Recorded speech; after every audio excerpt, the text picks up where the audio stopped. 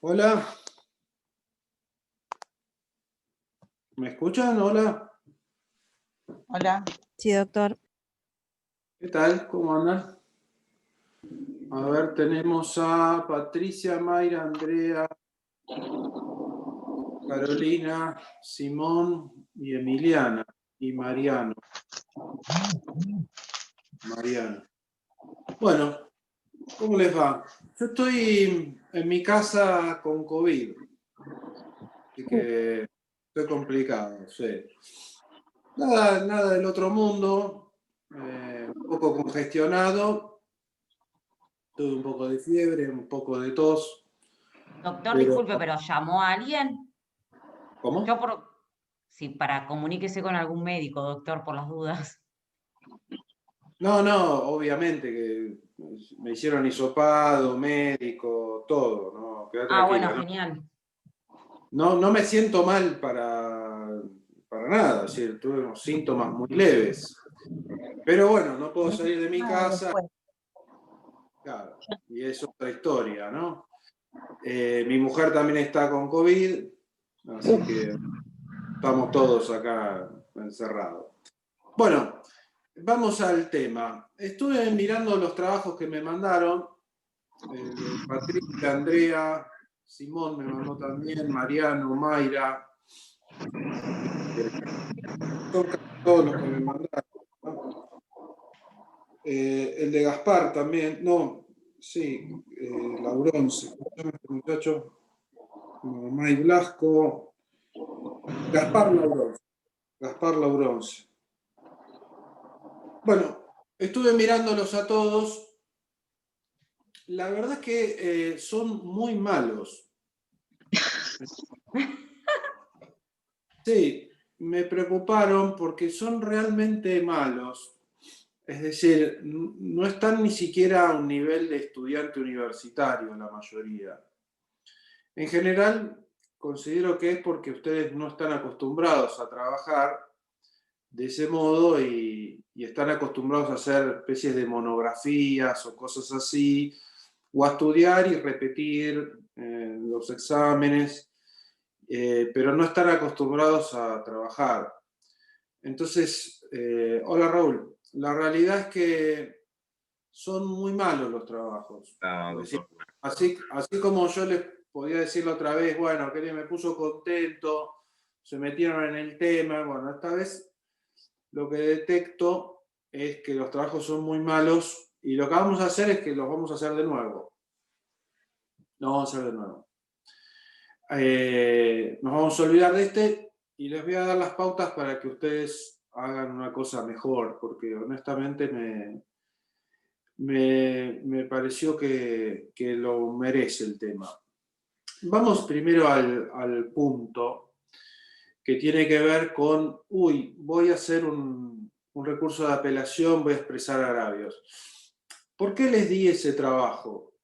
Porque si bien una apelación parece una cosa difícil, en realidad no lo es tanto. Lo más difícil en un proceso judicial es hacer una buena demanda.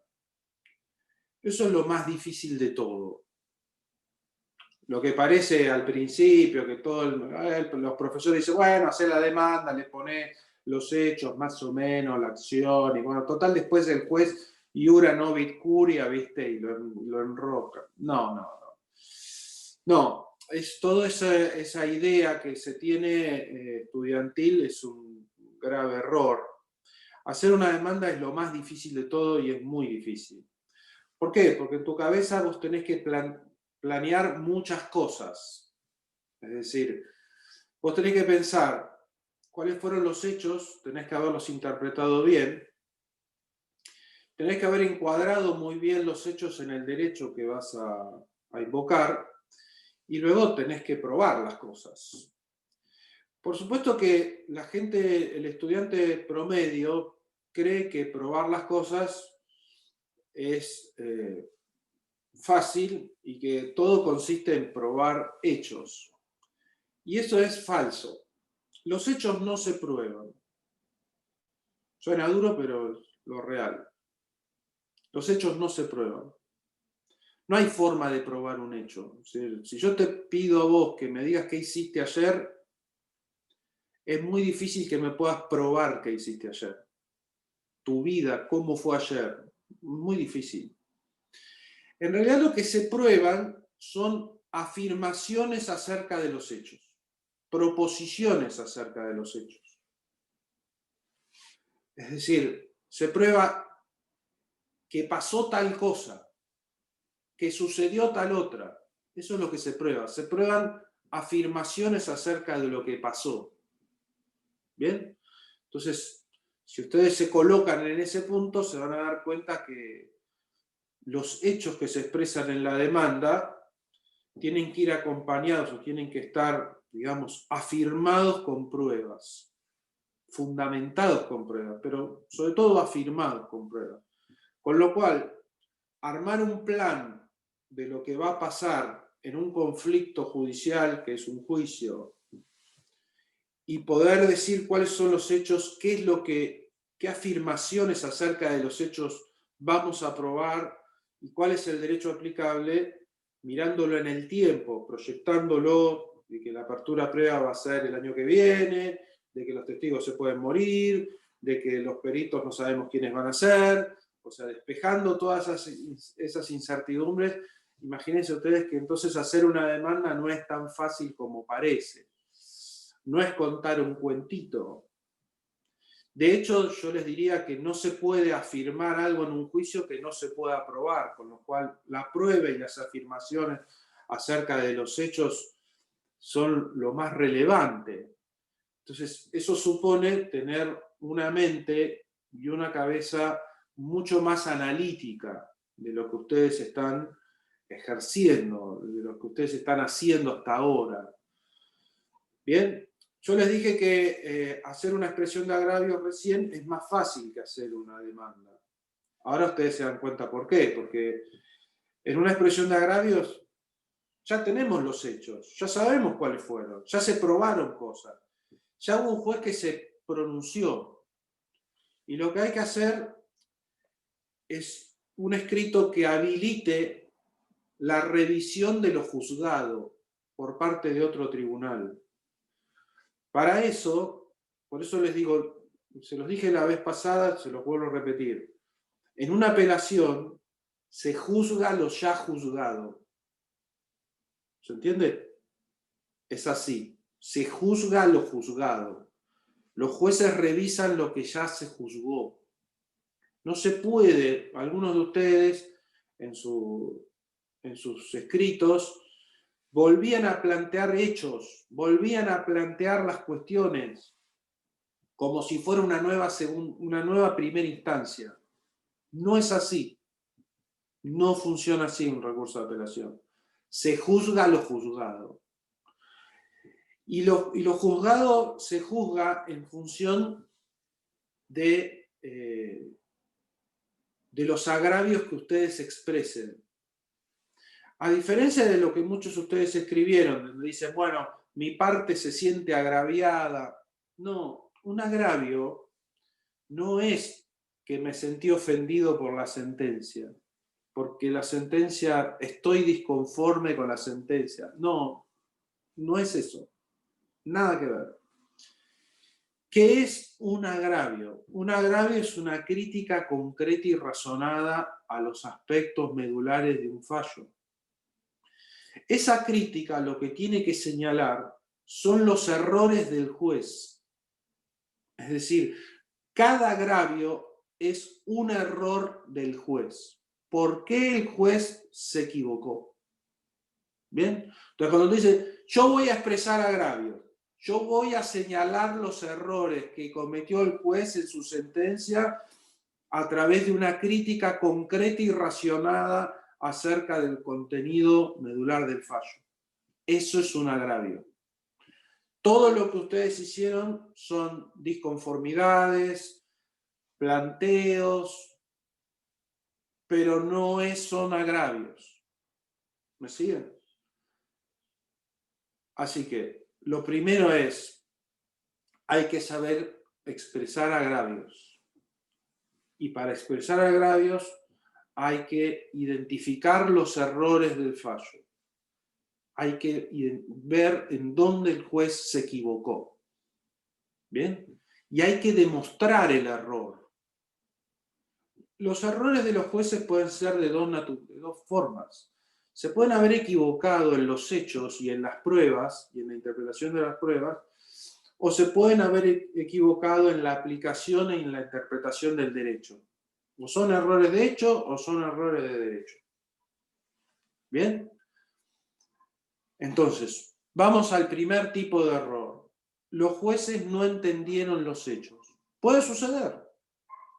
Lo que el juez tiene frente a sí son algunas pruebas. Como les dije, el que debe probar lo que hace no es probar un hecho, lo que prueba son afirmaciones acerca de lo que pasó. ¿Bien? Entonces, puede ser que el testigo dijo una cosa, el juez la interpretó de otra manera, puede ser que en la confesión dijo una cosa, el juez la interpretó de otra forma, puede ser que sacó alguna expresión del testigo, alguna expresión del absolvente, y a partir de ahí construyó una idea y eso que sacó está descontextualizado. O puede ser que interpretó mal el peritaje, no en función de lo que pasó, sino en función de una expresión aislada del perito. Puede haber pasado cualquier cosa, o puede ser que no entienda los hechos como sucedieron. ¿Por qué? Porque los hechos tienen su dinámica. El cómo suceden las cosas es algo muy difícil. Es decir, imagínense ustedes un sonso accidente de tránsito. Por supuesto que cuando vos mirás el auto ya chocado, lo que haces es un camino inverso. Ves lo que pasó, cómo quedó arrugado el auto y en función de eso se puede deducir cuál fue la velocidad del impacto, dónde lo tocó, qué es lo que hizo. Es decir, lo que se hace es como una especie de ingeniería en reversa. Es decir, tomamos lo que pasó y tratamos de desprender cómo fue lo que pasó. Es decir, cuando vos en los juicios estás trabajando, en general tratás con problemas inversos. Los problemas inversos son del tipo, che, ¿cómo construyeron las pirámides? ¿Cómo se construyeron las pirámides? ¿Qué fue lo que pasó acá? No es tan fácil. Son los problemas más entretenidos. Obviamente que en la abogacía también a veces se trabajan en otra clase de problemas que son los problemas directos. Por ejemplo, un problema directo es no es cómo se construyeron las pirámides, sino cómo se hace un puente. Hay 1000 maneras de hacer un puente. Hay 1000 formas de redactar un contrato. Hay distintos modelos contractuales que aplicar, distintos tipos contractuales para un mismo negocio. Yo se los expliqué la otra vez. A veces de un mero intercambio uno supone que es una compra-venta, pero pueden ser muchas otras cosas más. El intercambio de cosas por dinero. ¿Bien? Entonces, tenemos un primer elenco de errores posibles judiciales que tienen que ver con los hechos. ¿Ah? El segundo elenco posible de errores judiciales tiene que ver con el derecho. Con el derecho. Muchas veces los jueces no aplican bien el derecho. Muchas veces no leen bien las normas. Muchas veces no interpretan bien las normas. ¿Bien? Para todo eso, las herramientas que tiene un abogado son la doctrina y la jurisprudencia. Es decir, cuando uno expresa agravio, tiene que fundar en derecho, ¿verdad? Supongamos el caso este de Varicio. Voy a darles algunas pistas. Primero, ¿cuál sería la conducta que cometió el círculo odontológico desde el punto de vista de la Ley de Defensa de la Competencia? ¿Cuál sería esa conducta? ¿En dónde está? ¿En qué norma está? ¿Saben?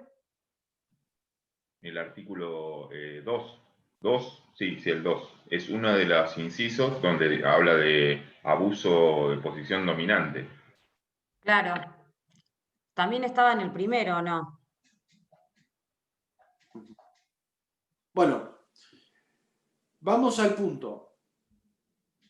Esta práctica anticompetitiva significa que vos no permitís a alguien ingresar al mercado relevante. Esa es la verdad. Vos le obstruiste el ingreso. En la ley 27.442 lo vas a encontrar en el artículo 3, inciso H. ¿Bien? Obviamente que entra dentro del artículo 1.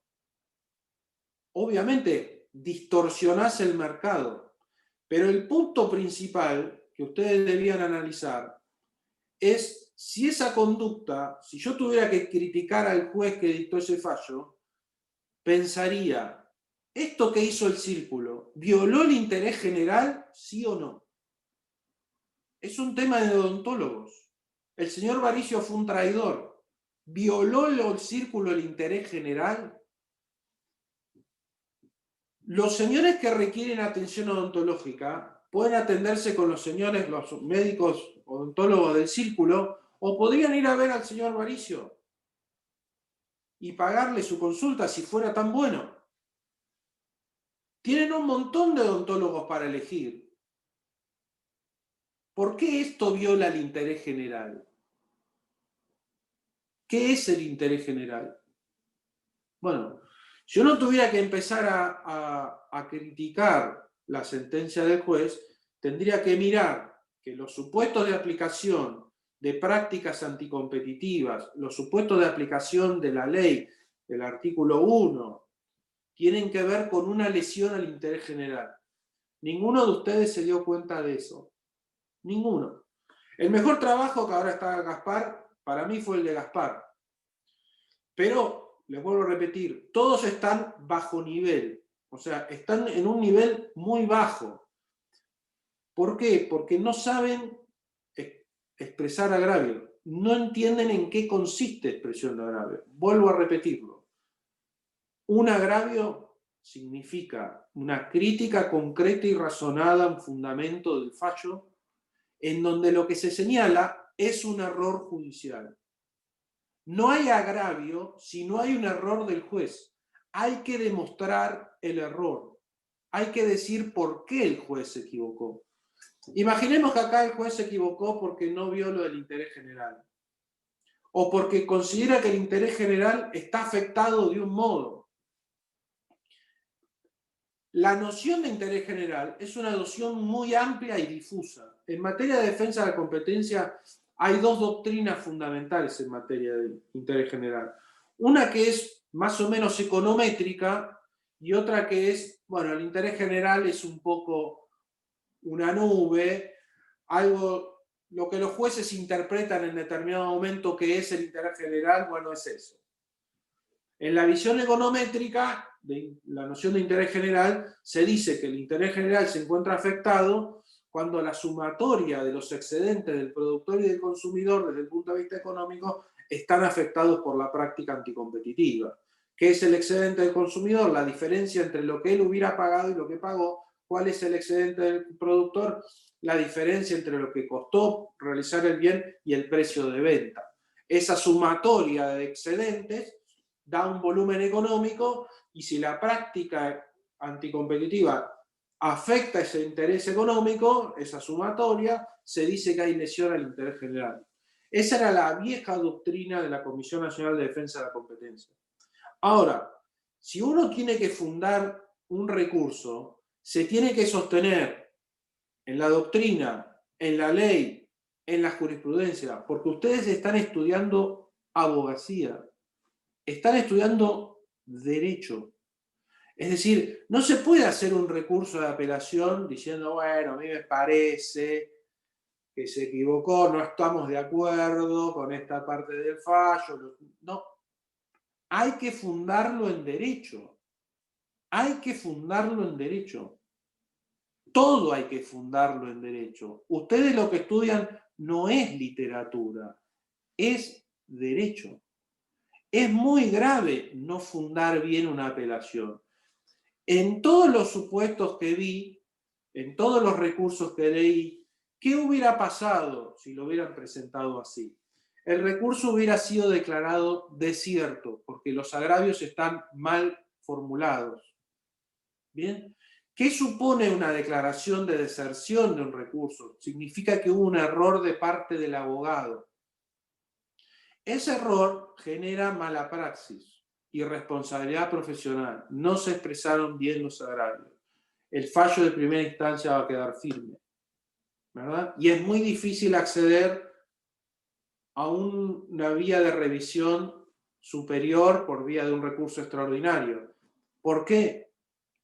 Porque lo que hubo fue un error del abogado. Esa es la realidad. Así que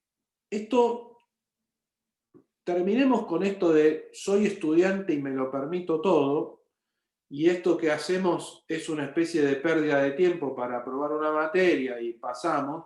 Tomémonos en serio el trabajo, vamos de nuevo, lo vamos a hacer para el jueves que viene, y les vuelvo a repetir, ¿cómo están sus apelaciones? Mal, están mal hechas.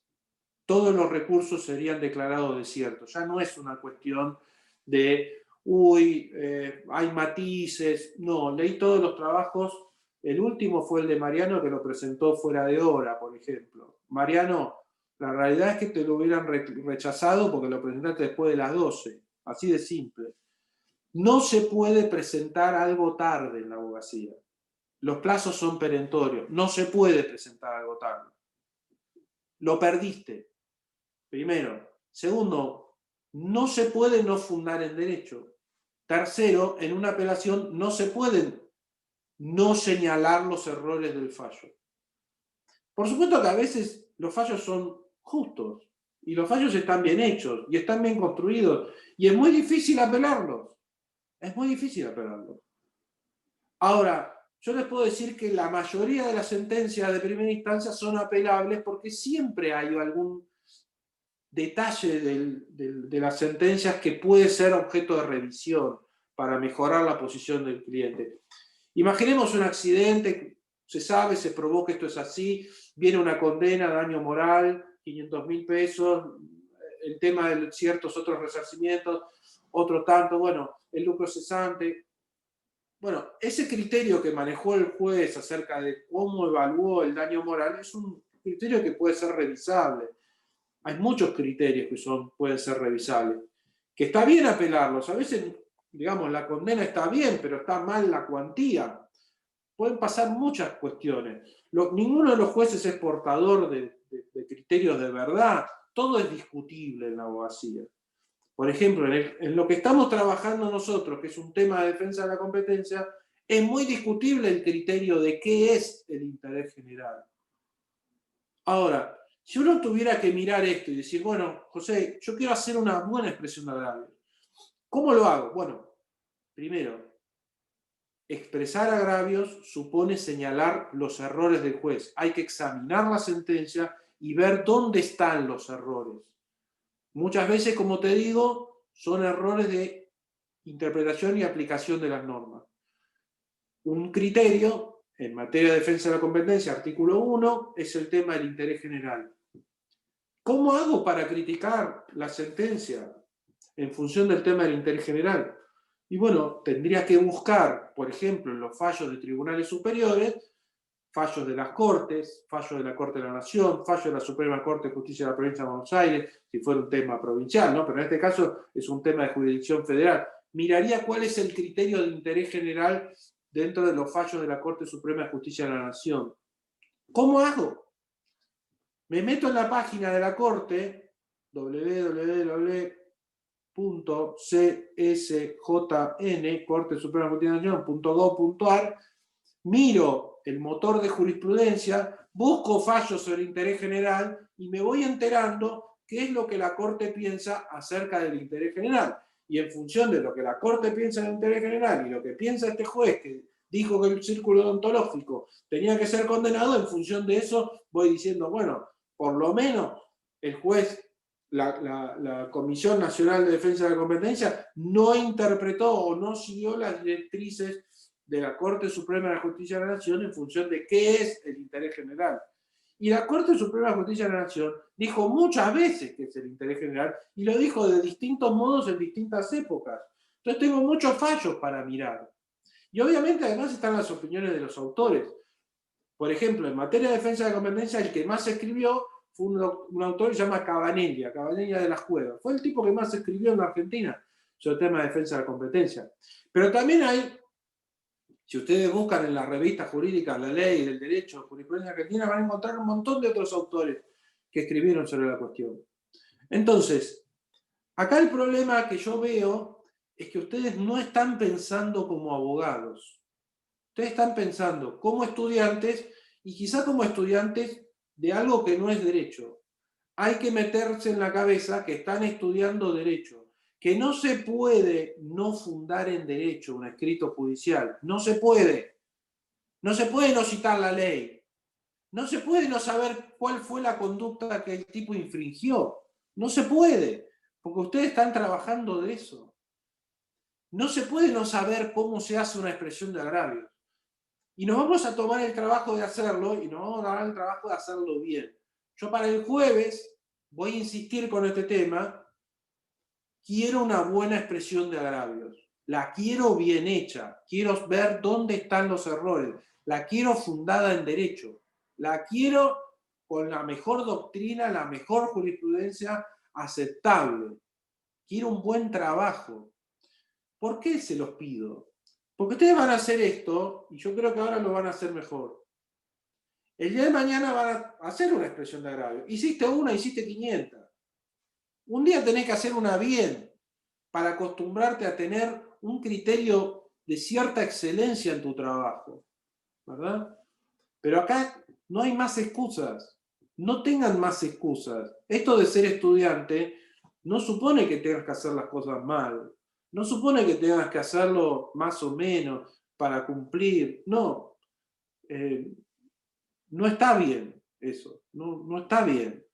Ustedes van a trabajar dentro de no mucho tiempo. Esta es una de las materias últimas en su carrera. No pueden tener estos déficits. No puede ser así. Esa es la verdad. No puede estar mal escrito. No pueden tener falta de ortografía. ¿Verdad? Fíjate, Mariano, que en tu trabajo hay mucha falta. Y en el de Patricia también hay algunas cuestiones de redacción que podrían ser... Hay que mejorarlo. Entonces... yo les podría dar otro trabajo, distinto al que hicieron. Pero el error va a seguir y ustedes no se van a acostumbrar a hacer las cosas bien. Entonces, les voy a dar otra chance. Vamos a hacer el mismo trabajo y vamos a intentar hacerlo bien. Vamos a intentar hacerlo como debe ser. ¿Bien? Mientras tanto, les voy a proponer, para que se metan un poquito en tema, miren la página de la Comisión Nacional de Defensa de la Competencia y van a ver que hay mucho material sobre investigaciones de mercado y sobre un montón de cosas más. Les voy a pedir que lean la investigación que se hizo acerca de los polvos para lavar la ropa, para que vean ustedes en el mundo en que vivimos, para que se den cuenta ustedes que cuando van al supermercado, detrás de las marcas que ven, hay 2 o 3 productores y nada más. Hay pocas empresas que fabrican polvo para lavar la ropa. Por supuesto que es algo, un producto de consumo masivo. Podría darles otro tipo de productos, como por ejemplo el cemento, o como por ejemplo, ahora que estamos con este tema de los temas de salud, los problemas de oxígeno líquido en los hospitales o cosas por el estilo. La Argentina es un país que tiene muchos monopolios, que tiene muchas conductas oligopólicas, que tiene muchas conductas anticompetitivas. Cuando vayan al supermercado, después de leer lo del polvo para la ropa, se van a dar cuenta que en materia de arroz, lata de arveja o cosas que pasa lo mismo.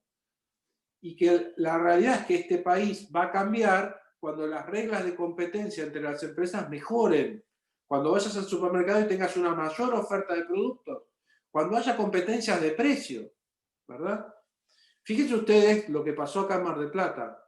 Era una costumbre que las subastas judiciales se manejaran con el tema de la liga, que eran un conjunto de inversores que iban a los remates y se ponían de acuerdo en ciertas posturas y en ciertas prácticas para quedarse con los bienes de las personas que se le remataban los departamentos o las casas. Era muy común. De hecho, estaba naturalizado. Hasta que hubo un juez que se ocupó del tema, sobre todo el juez de Cámara, Ricardo Monterisi, juez de Mar del Plata, Y hubo una serie de fiscales y de jueces en la instancia penal que se ocuparon del tema, y ahora hay muchos tipos de detenidos y muchos tipos presos. Y también hubo una práctica, por ejemplo, en Mar del Plata, naturalizada de estafar al ANSES. Había un conjunto de abogados y de contadores y de médicos que hacían una serie de cosas. Estoy con un poquito de tos. Para hacer el tema del ANSES, y bueno, están todos presos. Pero yo les puedo contar que durante muchos años todas esas prácticas se habían naturalizado. Era común escuchar hablar a la gente acerca de la liga. De hecho, los que querían comprar una casa hablaban con la liga para tratar de comprarla y le daban una comisión. Esto pasó. Del mismo modo que ustedes ven todos los días que hay práctica en materia de cambio de dinero, ¿verdad? Vos prendés la tele o mirás la página de Infobae o la página de Ámbito Financiero y ves que está el precio del dólar blue, digamos. Esa práctica de cambiar dinero fuera del circuito formal es una práctica ilícita. Viola una ley que es la ley penal cambiaria, es la ley 19.359. Existe en Argentina hace muchos años. Es un delito. Todo el mundo lo tiene naturalizado ya, porque nadie le cree al Estado. Pero no es algo que esté bien. Y del mismo modo te puedo contar que, por ejemplo, hay muchas prácticas de negocio, como por ejemplo venderte celulares a bajo costo para enchufarte una línea o encadenar ciertas compras con otras, ¿verdad?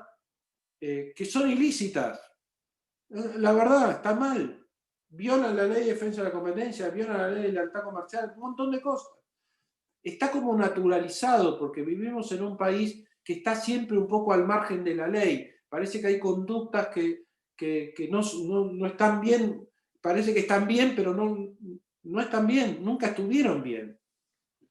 Y si ustedes son abogados, tienen que acostumbrarse a eso, a poder detectar qué cosas se han naturalizado como legales cuando no lo son.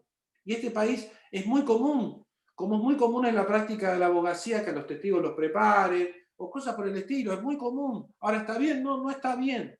En algún momento, todas ese tipo de prácticas y de cosas van a cesar, o va a haber más rigor respecto de esas cuestiones. Así que, lo primero que quiero decirles es, lo último que voy a decirles es, ustedes están estudiando Derecho, y van a ser abogados. Esto que hicieron no es aceptable, no está bien. Es decir, no pueden presentar un escrito sin fundamentación, no pueden no saber cuál es la conducta que se le reprochó al círculo este, no pueden no saber qué análisis se hacen de esas normas, no pueden no saber no expresar agravios, ¿verdad? Esto no son clases de literatura, esto no funciona así. Así que bueno, les voy a dejar entonces dos cuestiones para el jueves que viene, que quizás creo que va a ser una de nuestras últimas clases, no sé si me permiten dar más clases o no. Me van a hacer una nueva expresión de agravios conforme lo que hablamos.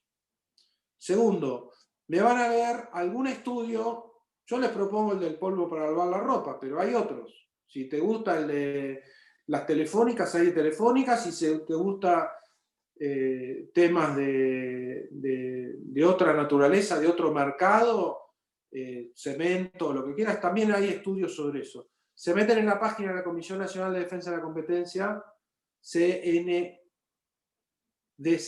Comisión Nacional de Defensa de la Competencia, y buscan el estudio que ustedes quieran. Entonces, para el jueves que viene vamos a charlar acerca de algunos de estos estudios de mercado para que ustedes vean cómo se trabaja en ese punto, cuáles son los análisis que se hacen, sobre todo el tema de cuál es el mercado relevante que se tiene en cuenta, cuál es la participación de las empresas, etcétera, ¿verdad? Cuáles son las prácticas comunes que se llevan a cabo, estudios de mercado que hace la comisión, para que ustedes vayan viendo cómo es el mercado argentino. Es decir, la clase que viene vamos a hablar de la ley de supermercados. Entonces me interesa que ustedes puedan ver qué aspectos de la ley de supermercados surgieron del tema de la ley de defensa de la competencia. Y para el jueves quiero una expresión de agravios en serio, un trabajo... ¿Puedo hacer una pregunta? Sí. Mire, no me quedó claro, la verdad, y no sé la última vez por qué no pregunté, porque no pregunté.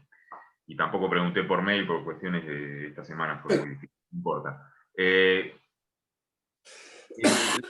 La expresión de agravios es un recurso, pero administrativo judicial, eso no me quedó claro, si era administrativo judicial, porque eso es lo que realmente, para empezar, me costó un montón saber cómo abordar. Entonces, digo, si es administrativo, lo encaro como administrativo, y yo lo encaré así.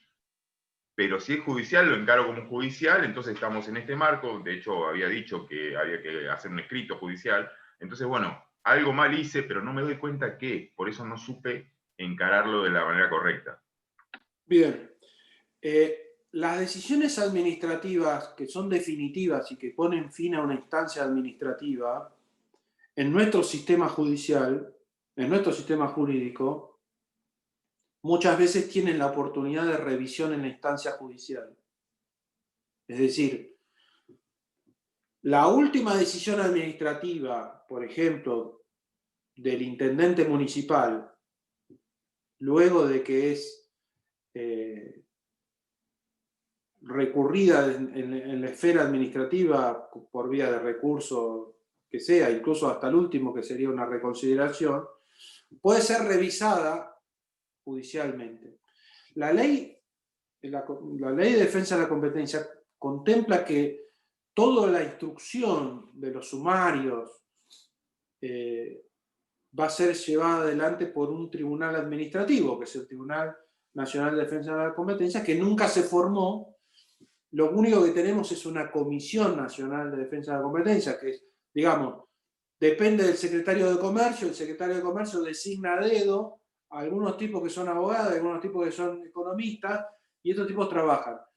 Han habido en la Argentina buenas comisiones, o sea, hubo gente muy buena. Ahora, lo que terminan dictando, que en realidad es una decisión del secretario de Comercio, y en esto te voy a decir algo, Raúl, que te va a sorprender. La mejor época en materia de defensa de la competencia en la República Argentina, donde hubo mejores fallos, fue entre los años 2003 hasta el año 2015. Fue la época en donde el secretario de Comercio era ese personaje odiado en la televisión y los medios, que era el señor Moreno. Sí. Aunque te cueste creerlo, la mayoría de los fallos que confirmó la Corte, las cámaras, etcétera, sobre el tema de defensa de competencia fueron en la época del secretario Moreno. Un personaje detestable, un matón, un patotero, un tipo políticamente podés tener la peor opinión, pero yo te puedo asegurar que fueron las mejores resoluciones y los mejores fallos. Increíble lo que te estoy diciendo, pero lo tenés que ver vos, si no, no me lo vas a creer. Y yo te digo que no estoy en esa vereda para nada, de ese señor. Pero es la verdad, es la verdad. Después del año 2015 no hubo buenos trabajos en materia de defensa de la competencia en la Argentina. Sí se modificó la ley 25.156 y se mejoró con esta ley 27.442, que tiene el programa de clemencia, tiene una serie de cuestiones que están buenas, y se mejoraron el tema de las multas y se mejoraron muchas cuestiones. Pero bueno, volvamos al punto.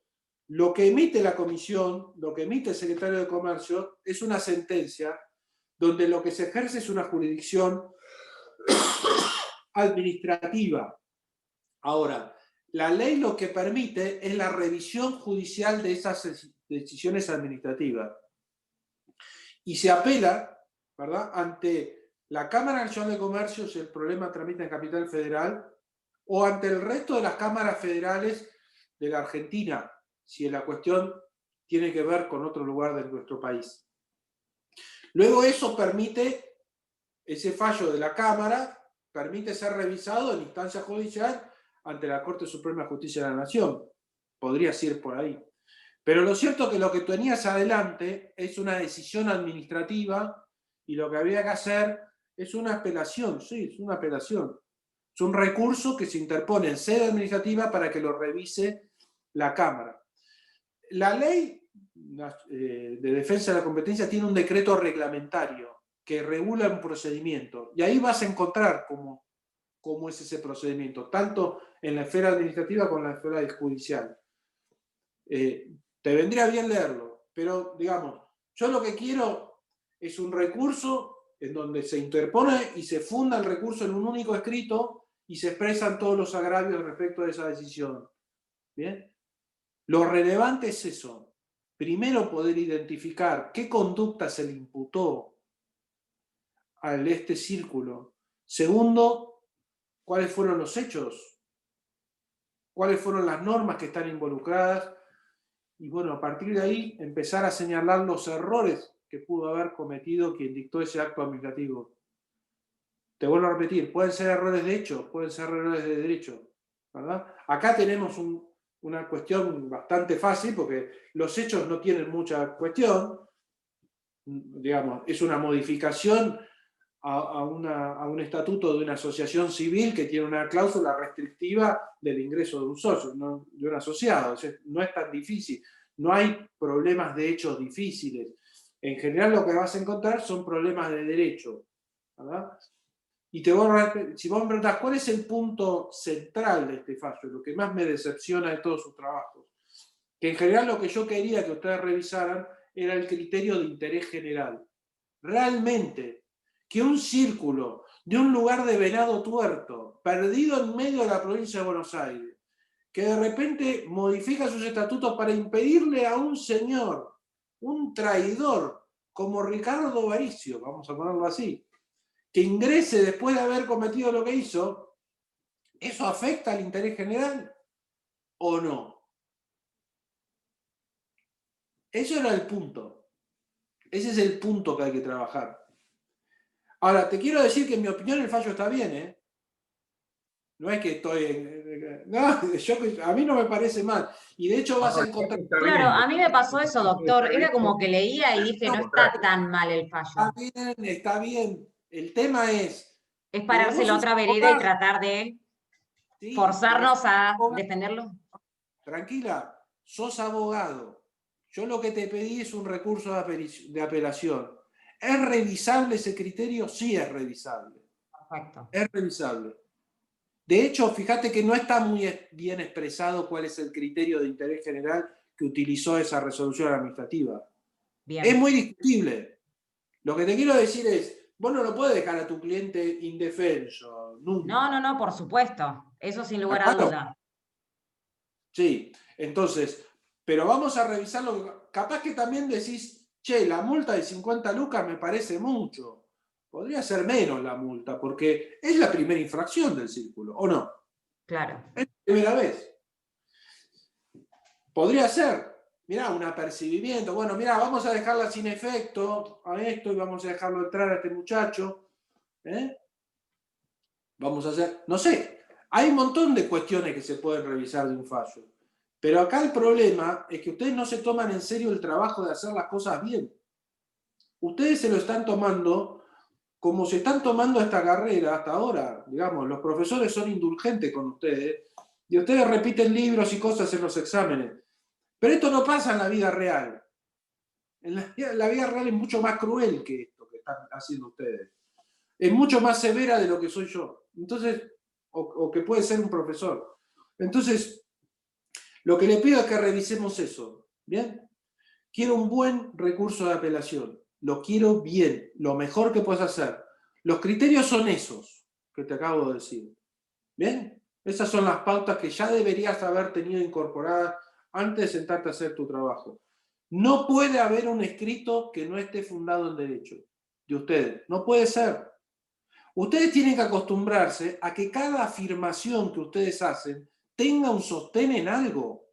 O sea, vos no podés decir en una demanda o en un escrito judicial cualquiera que se te ocurre algo y que lo pones así. No, tiene que estar fundado. Aún el escrito de providencia de mero trámite, libre esa nueva cédula, tendría que estar fundado en una norma del Código de Procedimientos, por ejemplo, el artículo 137. Los abogados trabajamos fundando cosas, fundamentando las cosas en derecho, en pruebas, en la opinión de los autores, en jurisprudencia. No hacemos otra cosa. Es decir, ningún escrito judicial se autoabastece dando una opinión. Y ustedes lo que hicieron hasta ahora es dar opiniones. Eso no está bien.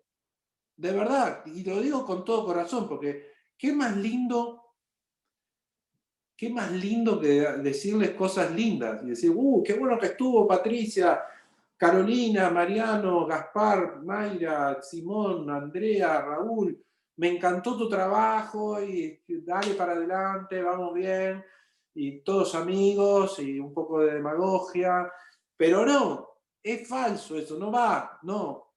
Acá hay que hacer las cosas, tomárselas con seriedad, porque lo que van a tener por delante ustedes es una carrera que es muy seria, de verdad que es muy seria, es muy delicado. Así que hay que tomársela de otra forma. Del mismo modo te puedo asegurar que trabajar teniendo la seguridad que lo hiciste bien, te va a dar mucha paz espiritual y va a ser divertido. Es decir, hacer las cosas bien es divertido, no es un embole. Es decir, investigar cuáles son los errores de ese juez en ese fallo, buscar cuál es la doctrina aplicable, la más conveniente a tu cliente. ¿Qué dijo la comisión o qué dijeron los otros tribunales sobre el mismo tema en el pasado?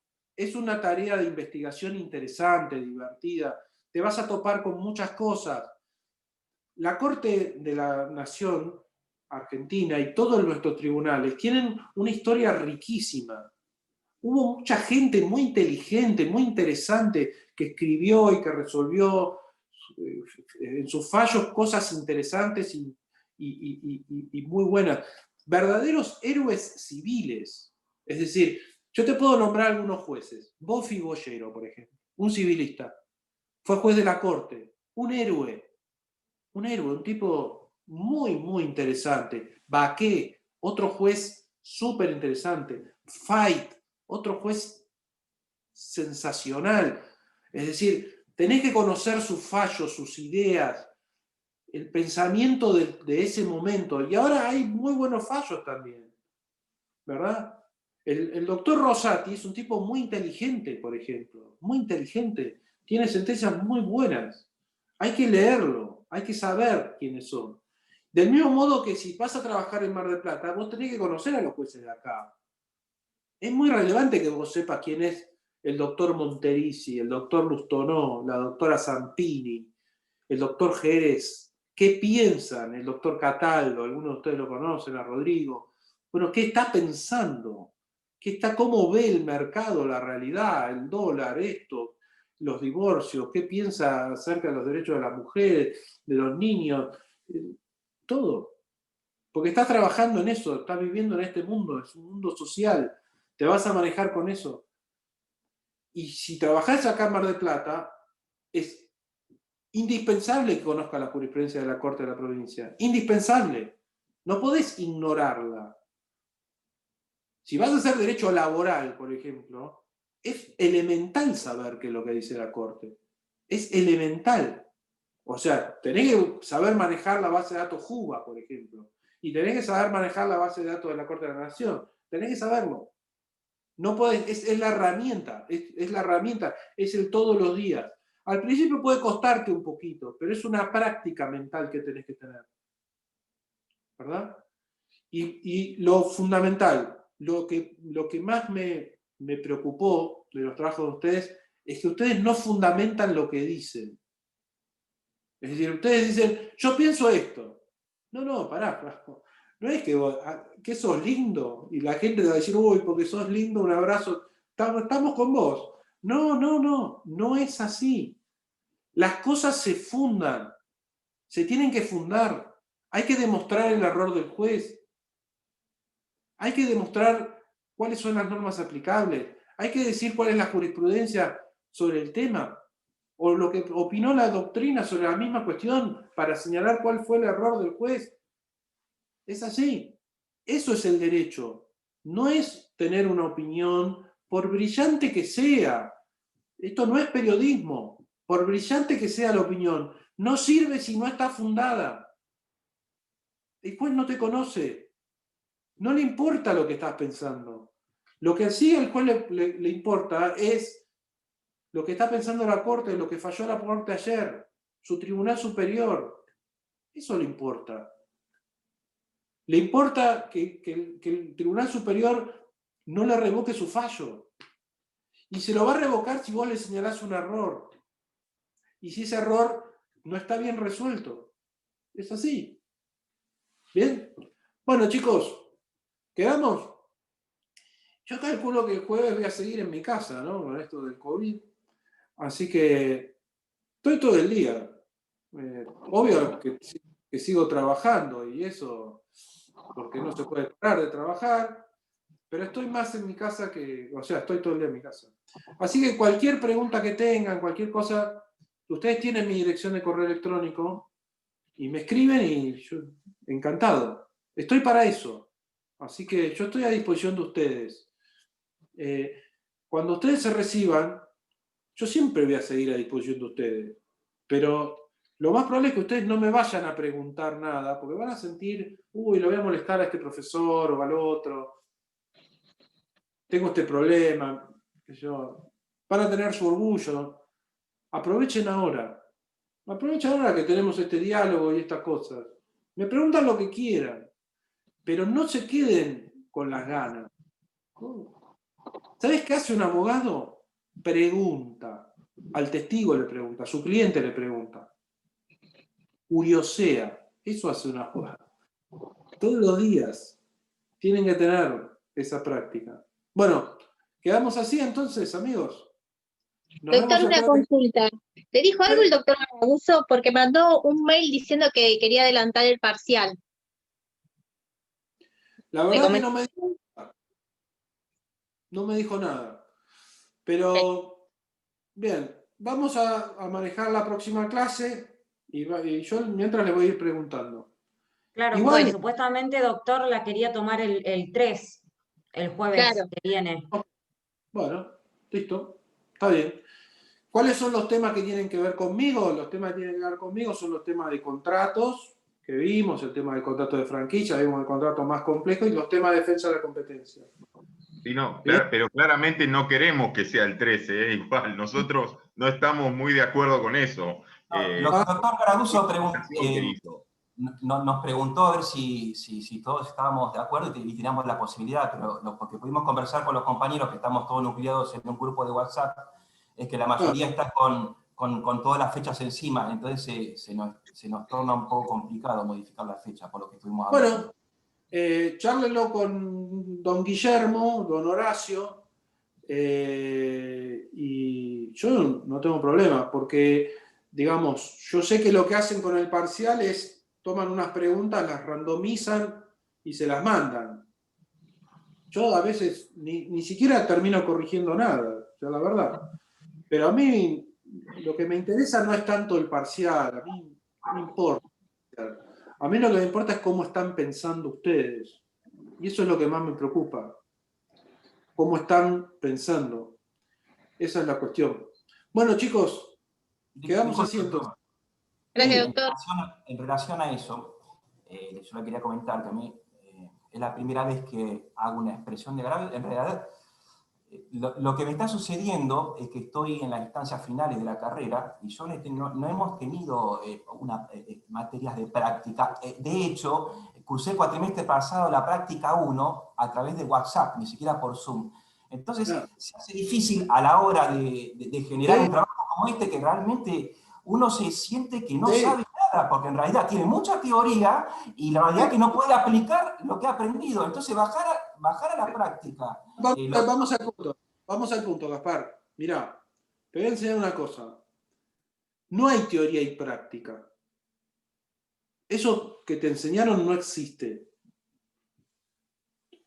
Esto no es física teórica y hay una física práctica. El derecho se puede conocer todo y en realidad todo es práctica. Es decir, esas ideas que leíste que no se pueden aplicar a ningún lado no sirven, olvídate, no sirven. Algunas te van a servir, otras no. Otras son ideas viejas y ya no sirven más como ideas, ¿no? Así que esa es la primera cuestión.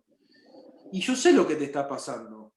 Y a mí lo que te está pasando me gusta y por eso lo trato de provocar. Porque sé cuál es el déficit. Ahora, para el jueves vos vas a hacer una expresión de agravios. De todos los trabajos que leí, el tuyo fue el mejor. Seguramente vas a hacer algo mejor. Y la próxima vas a hacer mejor. Y llegado a un punto vas a tener una técnica de hacer expresiones de agravios. Como yo te puedo decir que hay una técnica para hacer demandas, ¿verdad? Hay una técnica para relacionar hechos y pruebas. Hay una técnica. Lo que sí yo te puedo decir que no es un biribiri. No es eso. No es eso para nada. Es decir, hay una técnica para hacer eso. Luego lo que estás estudiando te va a servir para que eso se pueda expresar. Es decir, todo lo que yo te pueda decir acerca del interés general en la ley de defensa de la competencia no tiene mucho sentido si no se puede aplicar en una expresión de agravio como la que estás haciendo. Por eso te hago hacer esto, para que veas... Pero mi comentario iba un poco más allá del trabajo en sí mismo, más allá de que cuesta materializar lo que uno ha aprendido. Me refiero que de repente uno se encuentra que va a terminar la carrera, tiene que ir a la calle y ¿a dónde voy a preguntar cómo se hacen las cosas? Entonces, tenemos un déficit que es importante y es preocupante. Mirá, Gaspar, a mí me preocupa y por eso doy clase como doy clase. Me preocupa porque yo he visto abogados recién recibidos que se han suicidado. Lo vi, los conocí. ¿Por qué? Porque sentían que no podían ejercer bien su profesión y que estaban en una situación espantosa. Lo vi, esto pasó. También vi abogados llorando en el colegio de abogados porque habían cometido un error. Y en todos los casos me acerqué y traté de ayudar. El tema es el siguiente. Los modos de encarar la abogacía. Es decir, vos podés estudiar derecho de obligaciones, ¿verdad? Que parece una materia muy teórica, pero yo te digo que hacer un buen recibo es un arte. Un recibo de pago bien hecho, bien imputado, que extinga la obligación, es algo que no es una tontería de hacer. Una buena transacción en un juicio de daños y perjuicios, hacer una buena transacción, dejarla plasmada en un papel. Hoy en día la transacción es un contrato. Escribir todos los puntos, que no se escape nada, que estén previstos todas las cuestiones, es un arte. Hay que empezar a hacerlo. Por lo menos yo en mis clases lo trato de hacer. Por eso te pongo en esa situación. De que veas, por ejemplo, vos estudiaste contrato, pero nunca habías visto una franquicia. Bueno, ahora viste una franquicia. Y te diste cuenta cómo las franquicias son. Es un contrato muy complejo. Ya lo viste. Ahora estás haciendo una expresión de agravio. Está buenísimo. Mirá, hasta el anteaño pasado yo daba clases de coaching para abogados. Me pidieron que hiciera eso, que dé coaching. Abogados recién recibidos para ayudar a orientar su profesión. Y lo hice durante 2 años. Todos los sábados a la mañana y me ocupaba de eso. Con una coach profesional. Después dejaron de hacerlo porque no quisieron seguir con ese programa, no sé qué pasó. Pero sí, hay que avanzar hacia otras maneras de enseñar el derecho. Cosas que sean más realistas, ¿verdad? El derecho que tenés que conocer hoy es el derecho que está hoy en la calle, que resolvió la Corte ayer. Esto que alguna vez te dijeron los profesores de filosofía, el derecho de lo que los jueces dicen que es, tiene buena parte de verdad. O sea, no solamente hay que conocer la ley, los criterios judiciales también. Y el saber operar esos criterios judiciales es muy relevante. Del mismo modo que es muy relevante cómo se redactan los contratos, cuál es la técnica de redacción de un contrato. Es relevante. Te diría que esta es más complicado. Vos le podés cerrar en una expresión de agravio, Gaspar. Pero quizás el tribunal capaz que la arregla el problema. Ahora, cuando le erraste en un contrato, no tiene remedio. le erraste en un contrato, se terminó, está escrito, está firmado por la parte, y sí, es como una especie de justicia absoluta ahí, ¿entendés? Hasta incluso tiene eso, ¿viste? Es más difícil, te diría que es mucho más sensible el problema de saber redactar contratos que el problema de saber redactar contratos. Nadie lo dice, pero es la verdad. Así que, de todas maneras, vamos a quedar, todos ustedes se metieron en mi grupo de Facebook de Derecho de la Empresa, ahí van a encontrar algunas cosas. También tengo un grupo de coaching, si quieren meterse, métanse ahí, yo los voy a aceptar, obviamente. Y bueno, para modificar los defectos de tu formación, lo primero es saber cuáles son esas carencias. Obviamente que otra cosa que se puede hacer es hablar con el centro de estudiantes y decir, bueno, viejo, cambiemos el enfoque. Hay que cambiar el enfoque de enseñanza de abogacía. De hecho, muchos de los libros que ustedes están leyendo no son buenos libros. En general, no están hechos para un estudiante. Están hechos para otros autores, para otras cosas, pero no están redactados para que una persona entienda el problema y qué es lo que tiene que hacer y cuáles son las técnicas que hay que tener y se llevan a cabo para lograr lo que se propone. Esa es la verdad. No hay tantos libros muy buenos. Es real eso también. Hay muchísimos libros, pero no son tantos los libros útiles, buenos, que te van a dar una mano y te van a orientar a hacer las cosas mejor, a ser un buen abogado, a tener buena práctica profesional. Es la verdad. Bueno, quedé un poquito agotado, chicos. Nos vemos el jueves que viene. Cuídense. Gracias, doctor. Cuídese. Cuídense con esto del COVID y todo este tema. Porque la verdad es que está dando vuelta y todo eso y está complicado. Listo, a mí me agarró leve, pero. Que se mejore. Gracias. Cuídese. Gracias. Sí, que se mejore. Gracias.